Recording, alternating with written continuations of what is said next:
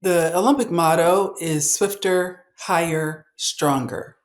And I often say to people, it wasn't swift, high, strong. It's not only the people who are swift and can jump high. It's this pursuit of excellence, pursuit of getting swifter, jumping higher, being stronger. And the more you do something, the better you get at it.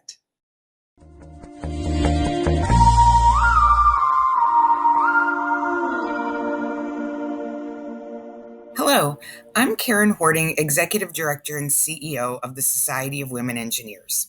Welcome to Diverse, a SWE podcast. I am honored to be joined by a true trailblazer on our podcast today. Benita Fitzgerald Mosley made history as the first Black woman to win an Olympic gold medal in the 100-meter hurdles, a milestone she achieved at the 1984 Olympic Games in Los Angeles. Benita is the CEO of Multiplying Good, and today we'll talk about her journey from engineering student to Olympic champion to executive leader and what she has learned along the way, which I'm sure is a lot. So, Benita, thank you for joining us and welcome to Diverse. So happy to be here, Karen. Happy to join you. It's the first time in a while I've gotten to say or talk anything about my engineering background. So I'm going to look forward to this conversation. So, Benita, we have a lot of collegiate members that are part of SWE. So I want to start by asking you about your college career. You received a full athletic scholarship to the University of Tennessee, where you earned a bachelor's degree in industrial engineering, while qualifying for the 1980 and 1984 Olympic teams. Can you talk about that time period and how you balanced the demands of engineering school with the demands of being an Olympian? Yes, I think about that time a lot because the skills that I learned in middle school, high school, and college about time management and, quite frankly, energy management and priority management have served me well throughout my life and my career. Unfortunately, they're past, but my parents were educators and they put as much emphasis on certainly my school and doing well in school, but they also wanted me to do a lot of extracurricular activities. And so they were there to help facilitate, I think, that time management and priority management and that kind of thing. They were there to model it. They were both very active in their community, very successful professionals in education, administrators and everything, and also, very involved parents. And so I got to see that role model early on and throughout my life. And so I've modeled myself after that for sure. I didn't want to scrimp on the engineering side. I didn't want to give short shrift, of course, to my track and field career. And so prioritizing both of those at the same time meant that I may have to make some decisions about, getting the right appropriate rest and making sure that I went to class and took notes. And I had friends in both circles. I had great friends on the track, but I also had really good friends on the engineering side. So when I was traveling and going to meets, they made sure to share their notes with me. We did study groups together so I could easily catch up. And they didn't feel like I was not dedicated to my engineering. I just wasn't physically present. And we didn't have all of the virtual tools that kids have today to keep up. So I think that was it. It was having great models, role models in my parents as to how to make those priorities around time management and energy management and prioritizing the things that are important and keeping the main thing, as the kids say, but also maximizing my potential in all those areas and finding the tools to be able to do that. I'm sure there were times where one had to take precedence over the other, whether it was engineering or the track career. How did you manage the guilt feelings that crept in when one was maybe temporarily taking a back seat to the other? Because I think as women, we tend to struggle when we can't give everything 110% at the same time. Yeah, we do. And particularly as moms, I think we definitely feel that. And I felt that throughout my career. I have two kids and my husband as well. Keep the main thing the main thing. I keep on saying that, but it really is important. If you're preparing for the Olympic Games, that's the main thing. It's a moment in time that you can't get back if you're not ready, right? Preparing for a final, that's a main thing. And so you can't get that back either. And so the good news is the finals week was not during the Olympic Games. And so I let those priorities and what was in front of me, and obviously you got to plan out a little ways, but take precedence in that moment. And I focused on the things that were important that day, that hour, that week, and then moved on to the next thing because otherwise I felt like out of control, right? And things would be coming at me so fast that I couldn't react. So I needed to stay ahead of it and understand, okay, I got finals week. Okay, this is where I'm going to put my focus and my attention. Maybe you tell the track coach, and they understand that it's finals week. I got to, miss practice. Can I do practice at 8 a.m. instead of doing it at 2 p.m., right? So those are the kinds of changes I would make. But thankfully, usually it wasn't all at the same time. Every once in a time, NCAA championships would be during finals week, and professors were very, very accommodating. That's great. And being creative, right? Finding ways to fit it all in, even when it seems like you can't. Yeah, absolutely. I can't be part of your vocabulary. Well, I want to switch gears a little bit to the Olympics because the first conversation we had, I nerded out a little bit. I confessed my sports addiction that I have. And so I just wanted to know everything. When you realized you won gold, what was that first thought or emotion that came to you? And then I'm going to probe on a few more things, but let's start with that. You know you've won. Yeah, well, I'm going to go back a few weeks to the Olympic trials in '84 because four of us crossed the finish line within 1/100th of a second of one another, and only three people make the Olympic team. And so it took them 20 minutes to figure out who was on the team and who wasn't. And so after this race, I innately knew that I'd won because I put my arms up as I crossed the finish line, but it was only 400ths of a second and I had a little PTSD.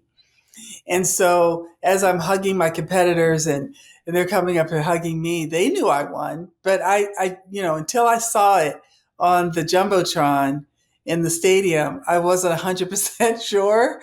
And so I didn't start my victory lap until after I saw the replay of the race. So my, I should say, celebration was just a little delayed because I didn't want to celebrate too soon. I can't, it's pretty surreal. I don't know that anybody has the right words to describe the feeling you have, something you work for so many years. I was on the '80 Olympic team that boycotted the Olympics in Moscow. And so a dream fulfilled and delayed many, many years. And the fact that my parents were there, my sister had an aunt and uncle there, my coaches from high school and college were there, and sleeping with my gold medal, waking up with it, it was the culmination of all those things. And I'll say the best and most special moment was being on the victory stand and hearing the national anthem in the United States, on American soil in Los Angeles, having 90,000 people singing the national anthem along with you. That was the very best. And honestly, it's been 41 years, believe it or not, since I won my gold medal. And I feel like even recently, I was at an event for Willing Warriors. I did a bike ride and they played the national anthem at the beginning and tears started streaming down my face. And it did it every time for 20 years after and still periodically because that it just meant so much to me. Yeah. I mean, I would imagine anytime you win a gold medal, it's special, but to win it sort of as the home team. Oh, yeah. It's so sweet. LA 28, if you can make it out there, definitely go. You can go to the Olympics anywhere, right? But going to an American Olympics in America, celebrating American athletes, it doesn't get any better. Yeah. I was in Paris last year just before the Olympics started and saw all the setup and everything. And then to watch it when I was back home and be like, I was there. I was right there. Oh, look at that. It is pretty special. So I can only imagine being there and feeling that excitement. How about what you learned studying engineering? Any of those things come into play as you were there competing? Wow, that's a good question. Not so much when I was competing, but definitely during my training. being more on the analytical side, listening to, and I had some highly technical coaches that really would break down the technique and the training and the whys and the foot angles, and we used force plates to see how your foot was striking and what angle was striking, what speed your foot was going, and then what adjustments you need to make to your technique in order to affect the change. And so I was able to understand more highly technical terms, particularly as it related to mechanics, than how the coach might have spoken to another athlete who wasn't in engineering. And I think it definitely gave me a leg up. That's great. Love hearing that. So, in both STEM and sports, women have higher dropout rates than men. What parallels have you seen in both fields when it comes to gender parity, and what needs to be done to make sure women and other underrepresented groups have more opportunities? What I learned, I graduated with my industrial engineering degree, and I continued competing for another 4 years. But I also knew if 4 years passed and I hadn't done anything in engineering, that degree might be a little stale. So I moved from Knoxville, where I went to school at University of Tennessee, down to University of Texas in Austin because my coaches moved down there. And so I went down there to train, but I got hooked up with an engineering company. It was Tracor Aerospace, and started working for them first full time, then part time, thankfully. What I realized, I was working for a defense contractor, and Abrams tanks and F-111 aircraft and time and motion studies, and sitting there on the assembly line while they're putting circuit boards together for these countermeasure systems. And although I knew it was really important work, it wasn't anything that floated my boat. I wasn't passionate about it. And I was thankful that I was still running, because then I still got the excitement of going to training every day and traveling all over the world and competing in these meets. So when it came time for me to retire and do engineering full time, I was bored silly. And what I realized is, if I had been able to apply my engineering degree to the music industry, or more importantly, the sports industry, or I was CEO of Women in Cable Telecommunications for several years, so the entertainment industry, or to cable TV or something like that, an industry that really did excite me and that I was passionate about, that would have been a better fit for me. My dad was my guidance counselor in high school, and he was a math and science undergrad, got his master's in counseling, but it was his dream for me to become an engineer. And I wanted to do biomechanical engineering because I felt like it was more people oriented, but I don't know why I ended up in industrial engineering. So my point is, when I was chief of sport at USA Track and Field, my engineering degree came back into use again, really refining all the processes and procedures that we were using to help support our athletes, but also in the sports science and sports medicine realm. And I thought to myself, boy, if I could have studied biomechanics in college, back to the biomedical engineering, that might have been something that I could do. So applied science was a thing that we talked about a lot. They used to, at USA Track and Field, have these scientists study the athletes, collect a bunch of data, and give it to them at the end of the year. And that wasn't helpful because their athletes weren't there. A lot of times their trainer, physio wasn't there. The strength trainer wasn't there. It's just a coach, a screen. It was a ream of paper and a big notebook. And it was hard to apply that. And so what we instituted when I was there as chief of sport was applied science and medicine.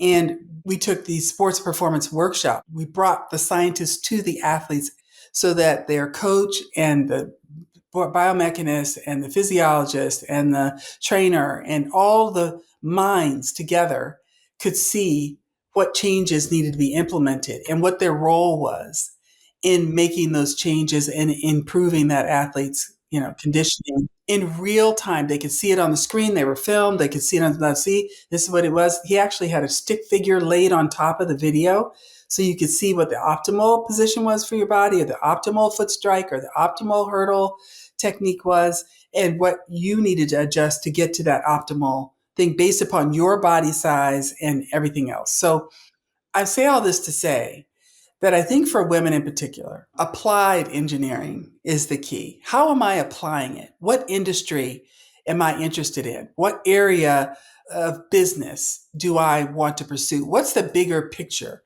as to how the engineering or the STEM really supports and advances the company's goals?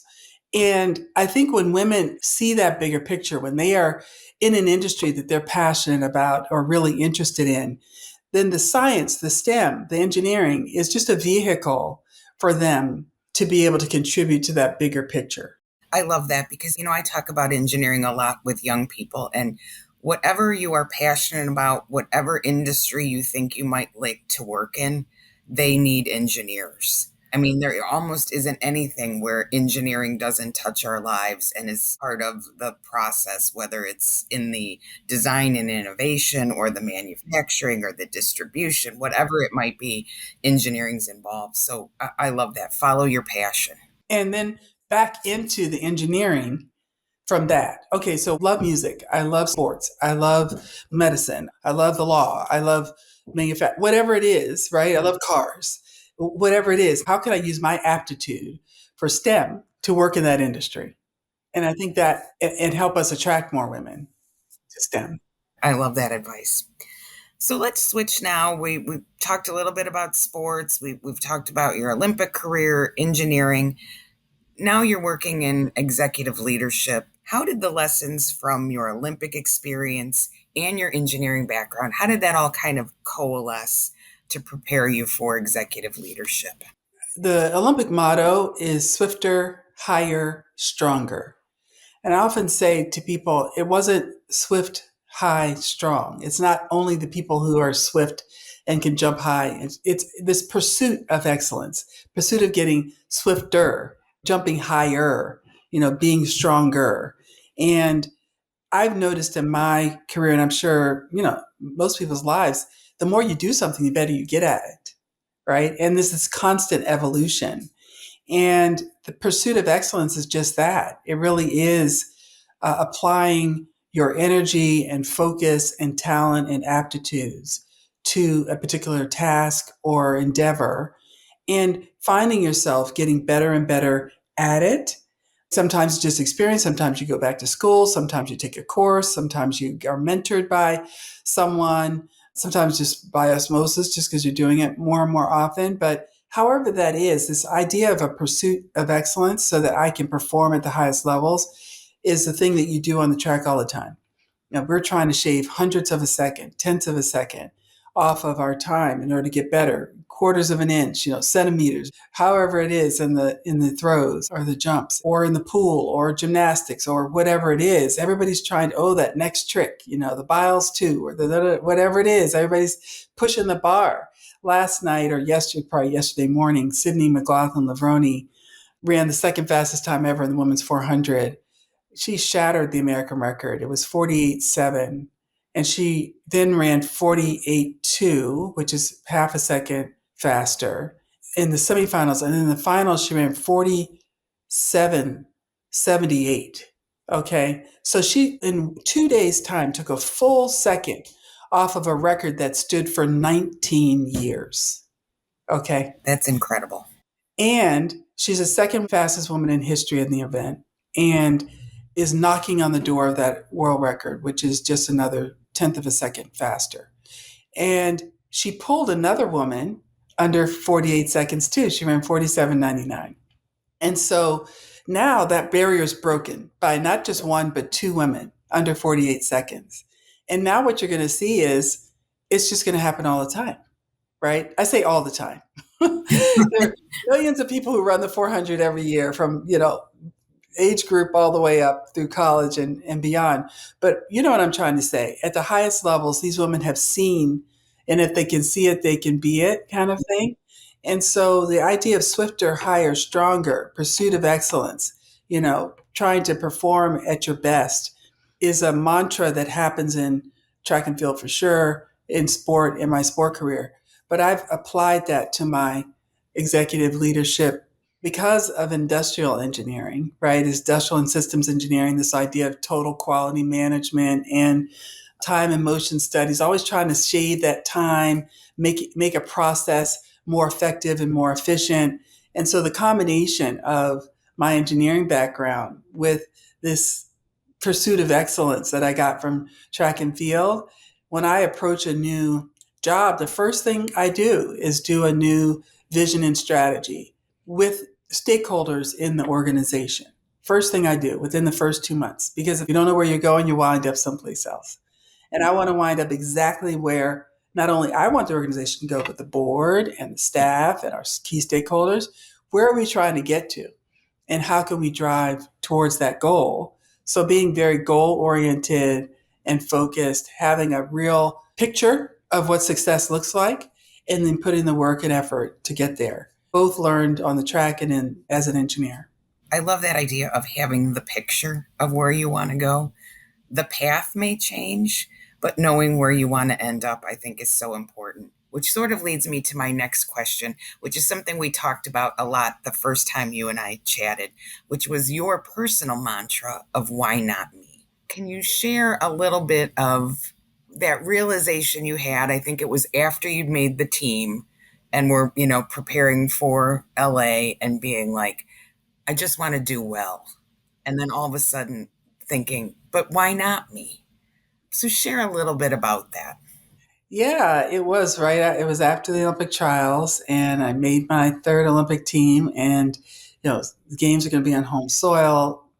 80, we didn't get to compete because of the boycott. So it's one of my first games to actually run in. And so I was just thrilled. And part of you, when you make the Olympic team, there's this sigh of relief. Oh, I've made it. I'm going to the Olympics. I'm an Olympian. That's a huge accomplishment. And many people don't get past that. And I'm sitting on the track having those feelings and just kind of happy to be in the race, happy to be an Olympian, hoping I make the final, hoping I run a personal best time. And then all of a sudden I thought, well, why not me? Why am I thinking about somebody else winning the race? Why am I only satisfied with being in the race and being an also ran? Why not me win the gold medal and get to run the victory lap and stand on the victory stand and have my national anthem play? And so that mantra was something that stayed with me the rest of my life. But in that moment, in thinking about the 100-meter hurdles final at the Olympics and being in that Olympic LA Coliseum and picturing myself crossing the finish line first, I was able to manifest that in a way that said, that's my gold medal. And y'all gonna have to take it from me, And every race, the heats and the quarterfinals and the semifinals, I won every round with this expectation. It was a different thing as opposed to a hope. It was an expectation that I was going to win. And so now, we talk about imposter syndrome all the time. And I think that when we are faced with new challenges and really it's opportunities so much, I feel like women are so strong. We can get through anything hard. But hard is also someone puts this thing in front of you that says, hey, there's this great opportunity. You're a director in Atlanta running a marketing program and you have one employee. There's this new job to run the Olympic Training Center in San Diego. You'll have 50 employees. You'll run a 150-acre facility. 25,000 athletes a year are going to come through there. What would make me think that I could go from being pretty much a single contributor to being a leader of so many things and facilities? Well, I threw my hat in the ring and I ended up getting the job to be the director of this Olympic Training Center.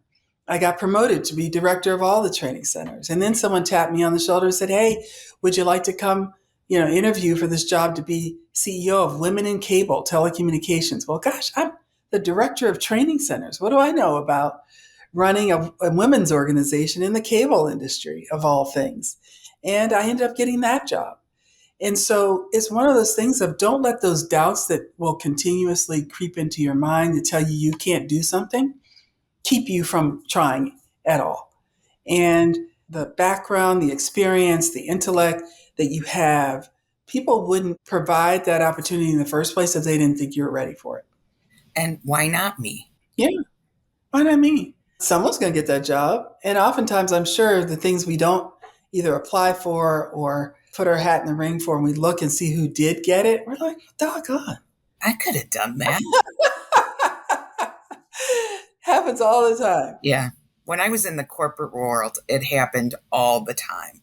I would think, well, why did they get that job? I could have done that. Oh, well, I didn't put my name in, or I didn't tell the right people that I was interested in doing that. And then, Absolutely. the more it happens, you start to think, well, why not me? I need to get my name to the right people, and I need to start stepping up even when I think I'm not quite ready. Because you mentioned like the take another course or go get another degree. And I think women, we tend to do that, right? We need more qualifications. We feel like we do, Yeah. but we really don't. You got all the qualifications you need. Otherwise, you wouldn't be in a position to even apply, right? Or even be approached by a headhunter. I have 5 gold medal strategies. One of them is to have a good start. And so that one is just really about putting yourself out there. You don't have to be great to get started, but you do have to get started to be great. And it's one of those things where you're not always going to be great at something, but just getting started is the thing, because otherwise you're just going to sit there and time's going to pass.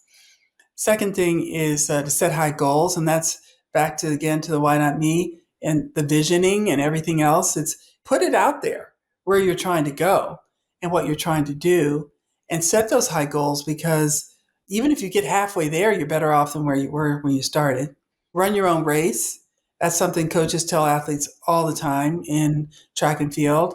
Some people, particularly like in the mile or something like that, some people have a stronger kick. Some people are better just leading from the beginning. Some people, whatever, they have different strategies for how they run, but they're unique to you and your talents. And same here in leadership as an executive, you want to focus on your own strengths and your own experience and background, and what you bring to the table, which may be way different than your friends and colleagues.